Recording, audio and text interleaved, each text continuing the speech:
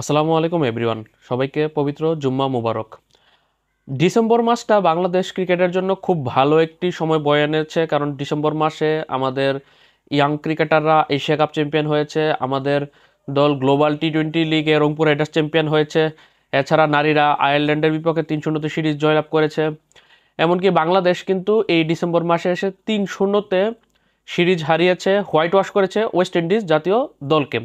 বাংলাদেশ দল ওয়েস্ট ইন্ডিজে 3 ম্যাচে টেস্ট টি-20 সিরিজের আজ তৃতীয় টি-20 ম্যাচে 80 রানের বিশাল ব্যবধানে হারিয়েছে ওয়েস্ট ইন্ডিজ জাতীয় দলকে। আজকের এই ম্যাচে প্রথমে টস জিতে ব্যাট করতে নেমে বাংলাদেশ দল 20 ওভারে 7 উইকেট হারিয়ে 189 রান জড়ো করে, যেখানে টপ অর্ডারের মধ্যে পারভেজ হোসেন ইমনের 21 বলে 39 রানের একটি দুর্দান্ত ইনিংস ছিল। সৌম্য সরকারের ইনজুরিতে সে ব্যাটিং করতে নেমেছিল। তারপর পাশাপাশি তাকে সাপোর্ট দেয় মেহেদী হাসান মিরাজ, যদিও খুব বেশি একটা ভালো করতে পারেনি, 23 বলে 29 রান করে। আর নিচ দিয়ে আরেকজন সাপোর্ট দেয়, সেটা হচ্ছে 12 বলে 17 রান করে তানজিম হাসান সাকিব। কিন্তু সবচেয়ে বড় ইফেক্টিভ ইনিংসটা মূলত খেলেছে জাকির আলী। পুরো সিরিজ জুড়ে কিন্তু পুরো টুর্নামেন্ট জুড়ে জাকির আলী ভালো করছিল। আজকের ম্যাচে 41 বলে 72 রানের একটি বিধ্বংসী ইনিংস খেলেছে, অপরাজিত ইনিংস খেলেছে, নট আউট থেকেছে 3-4 এবং 6 ছক্কায়।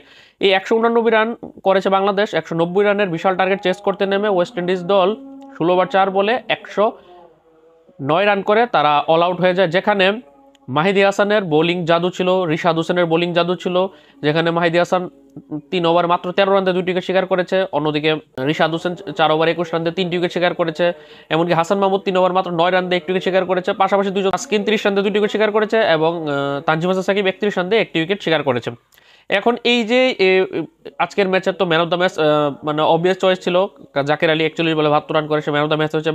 প্রথম কথা হচ্ছে যে বাংলাদেশের দলটি কিন্তু এই টি-20 সিরিজ মূলত বোলারদের উপরেই ডিপেন্ড করে জিতেছে, কারণ প্রথম ম্যাচে বাংলাদেশ দল 7 রানে ওয়েস্ট ইন্ডিজকে হারায় টি-20তে, দ্বিতীয় ম্যাচে 27 রানে হারায়, তৃতীয় ম্যাচে যদিও আজকের ম্যাচে ব্যাটসম্যান এবং বোলাররা উভয়দের কম্বাইন্ড পারফরমেন্সে বাংলাদেশ দল জিতেছে। এর মধ্যে বাংলাদেশ দল 80 রানে জিতেছে, এর মধ্যে বোলারদের কৃতিত্ব তো অবশ্যই দিতে হবে। এর মধ্যে মাহিদি হাসান টানা 3টি ম্যাচে কিন্তু দুর্দান্ত বল করেছে। প্রথম ম্যাচে সে 4 ওভারে মাত্র 13 রান দিয়ে 4 উইকেট শিকার করেছে। দ্বিতীয় ম্যাচে 4 ওভার 20 রান দিয়ে 2টি উইকেট শিকার করেছে। আজ 3 ওভার 13 রান দিয়ে 2টি উইকেট শিকার করেছে। 3 ম্যাচ খেলে 8টি উইকেট শিকার করেছে, সর্বোচ্চ উইকেট শিকারী হয়েছে, ম্যান অফ দ্য সিরিজ হয়েছে 4.18 ইকোনমি রেটে। অনেক চিপ ইকোনমি রেটে কিন্তু সে বল করেছে, খুবই মানে হিসাবি বোলিং সে করেছে। অন্যদিকে আমাদের বাকি বোলারদের কিন্তু পারফরমেন্স লক্ষ্য করার মতো পারফরমেন্স করেছে। এর মধ্যে রিশাদ হোসেনের কথা বললে সে 3 ম্যাচে 6টি উইকেট শিকার করেছে, 5.91 ইকোনমি রেটে, 6 কম ইকোনমি রেটে টি-20তে। তারপর তাসকিন আহমেদ দুর্দান্ত বল করেছে, 3 ম্যাচে 7টি উইকেট শিকার করেছে, 6.73 ইকোনমি রেটে, 7 কম ইকোনমি রেটে একজন পেসার। তাছাড়া এখানে যদি আমরা হাসান মাহমুদের কথা বলি, সে কিছুটা কম উইকেট শিকার করেছে, 3 ম্যাচে মাত্র 4টি উইকেট শিকার করেছে, কিন্তু ইকোনমি রেট ছিল তার দুর্দান্ত, মাত্র 5 ইকোনমি রেটে সে বল করেছে। অন্যদিকে তানজিম হাসান সাকিব ছিল অনেক এক্সপেন্সিভ, সেও 3 ম্যাচে 4টি উইকেট শিকার করেছে, কিন্তু 9.09 ওভার প্রতি রান রেটে। তো এখন শুধুমাত্র এই যে ব্যাটসম্যান না, আমাদের বলার না, আমাদের ব্যাটসম্যানদের মধ্যে কিন্তু 3 ম্যাচের মধ্যে একটা কমন ফ্যাক্টর আছে, সেটা হচ্ছে জাকির আলী। জাকির আলী প্রথম ম্যাচে সে 17 বলে 27 রান করে একটা ভালো স্টার্ট এনেছিল, শেষ করতে পারেনি। দ্বিতীয় ম্যাচে 20 বলে 21 রানে একটা স্টার্ট এনেছিল, কিন্তু সেটাও কমপ্লিট করতে পারেনি। আজ 41 বলে 72 রানের একটি বিধ্বংসী ইনিংস খেলে কিন্তু দলকে 189 রান জড়ো করার সাহায্য বা একটা সাপোর্ট এনে দিয়েছে। 3 ম্যাচ খেলে 120 রান করেছে, 153 স্ট্রাইক রেটে এবং 60 এভারেজে ব্যাটিং করেছে, একটি 50 করেছে, অপরাজিত থেকেছে। তাই বলা যায় জাকির আলী ফর্মে ফিরে এসেছে। এমনকি পুরো টুর্নামেন্ট জুড়ে কিন্তু জাকির আলী ভালো করেছে। আমরা যদি ওয়ানডে সিরিজের কথাও বলি, সেখানে কিন্তু তার 40 বলে 48 রানের একটি ইনিংস রয়েছে, 57 বলে 62 রানের অপরাজিত একটি ইনিংস রয়েছে, টেস্টের মধ্যে 91 রানের একটি টেস্ট ইনিংস রয়েছে, একটুর জন্য 9 রানের জন্য তার সেঞ্চুরি হয়নি।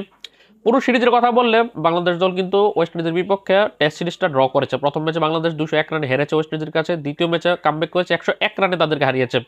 ওয়ানডে সিরিজটা যদিও বাংলাদেশ হোয়াইট ওয়াশ হয়েছে, কারণ ওয়ানডে সিরিজের মধ্যে ওয়েস্ট ইন্ডিজ 3টি ম্যাচে জয়লাভ করেছে, প্রথমটিতে 5 উইকেটে, দ্বিতীয়টি 7 উইকেটে, তৃতীয়টি 4 উইকেটে। কিন্তু টি-20 সিরিজে বাংলাদেশ কিন্তু সেটিকে আবার তাদেরকে এই হারগুলো ব্যাক করেছে, তাদেরকে উল্টো হোয়াইট ওয়াশ করে। প্রথম ম্যাচে বাংলাদেশ 7 রানে প্রথম টি-20 জিতেছে, দ্বিতীয় ম্যাচে 27 রানে টি-20 ম্যাচটা জিতেছে, আজকের ম্যাচে বিশাল ব্যবধান 80 রানে টি-20টি জিতেছে। এমনকি বাংলাদেশের ক্রিকেট ইতিহাসে এক বছরে টি-20তে সর্বোচ্চ ম্যাচ জয়ের রেকর্ডটা এবছর করেছে। 24টি টি-20 ম্যাচে বাংলাদেশ এবছর খেলেছে, 24 ম্যাচের মধ্যে 12টি টি-20 ম্যাচে কিন্তু জয়লাভ করেছে।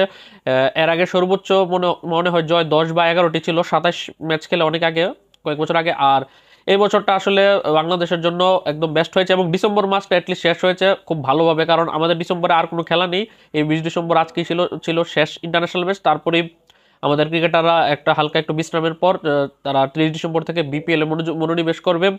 তো বাংলাদেশ দলকে অবশ্যই অভিনন্দন এবং তাদেরকে ধন্যবাদ জানানো উচিত, কারণ যেভাবে আমাদের ওয়ানডে সিরিজটা আমরা 3-0 হেরে আমরা মনক্ষুণ্ণ হয়েছিলাম, সেটা আবার 3-0 তাদেরকে টি-20তে হারিয়ে কিন্তু আমরা সেটা আমরা সেই অভাবটা বা সেই দুঃখটা লাঘব করার চেষ্টা করেছি আমাদের দল।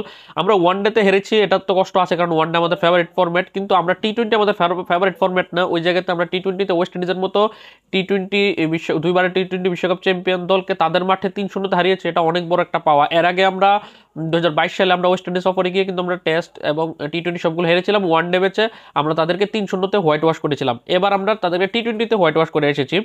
তাই বলা যায় যে দুইটি সিরিজের মধ্যে দুইটি ফর্মেট আমরা তাদেরকে হোয়াইট ওয়াশ করেছি। টেস্ট সিরিজটা ভালো গিয়েছে, 1-1 ড্র হয়েছে। তো এই এতটুকু ছিল আজকের এই বিশ্লেষণটি জেনে কিরকম লাগলো সেটি কমেন্ট করে জানাবেন। পরবর্তী ভিডিওতে নতুন আরেকটি টপিক নিয়ে আপনাদের সামনে হাজির হবো। ততক্ষণ পর্যন্ত ভালো থাকুন, সুস্থ থাকুন, স্পোর্টস চ্যানেলের পাশে থাকুন। আল্লাহ হাফেজ।